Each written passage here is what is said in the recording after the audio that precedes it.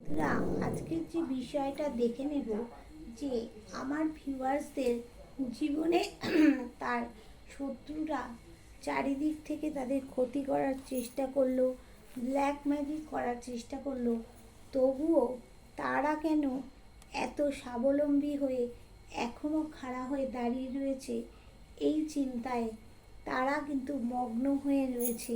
কেন দাঁড়িয়ে রয়েছে, কিভাবে দাঁড়িয়ে রয়েছে, একটুখানি এটা দেখে নেওয়া যাক।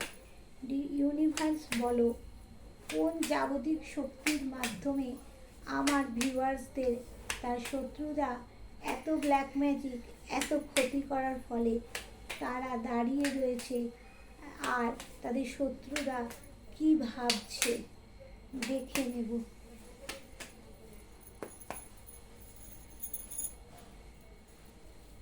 দেখো, আমার ভিউয়ার্সরা দের মহাজাগতিক শক্তি একটা তাদের রক্ষা করেছে।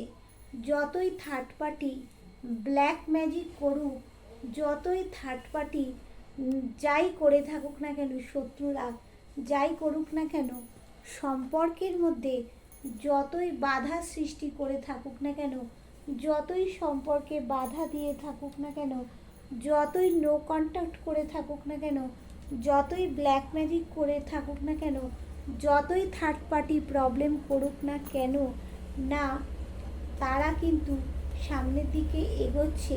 কোনোই কিন্তু তাদের অবস্থা খারাপ হয়নি। তারা কিন্তু পার্টি টাইম, কোয়ালিটি টাইম তোমরা অনেকেই কিন্তু কাটাচ্ছ বা কাটাবে। হ্যাঁ, এবার দেখো, থার্ড পার্টি কিন্তু তোমাদের যতই প্রবলেম করে থাকুক না কেন, তারা ডিসিশন নিতে পারছে না, ভাবতে পারছে না কি করে, মানে তোমরা যারা ভিউয়ার্স আমার আছো, কি করে এত স্বাবলম্বীভাবে, এত স্বাচ্ছন্দ্যভাবে তোমরা দাঁড়িয়ে রয়েছো। এই মহাজাগতিক শক্তির হাত, এই ইউনিভার্সের হাত তোমার মাথার উপরে রয়েছে। তার ফলেই তো তুমি সর্ব জায়গার থেকে বন্ধু বেঁচে যাচ্ছ।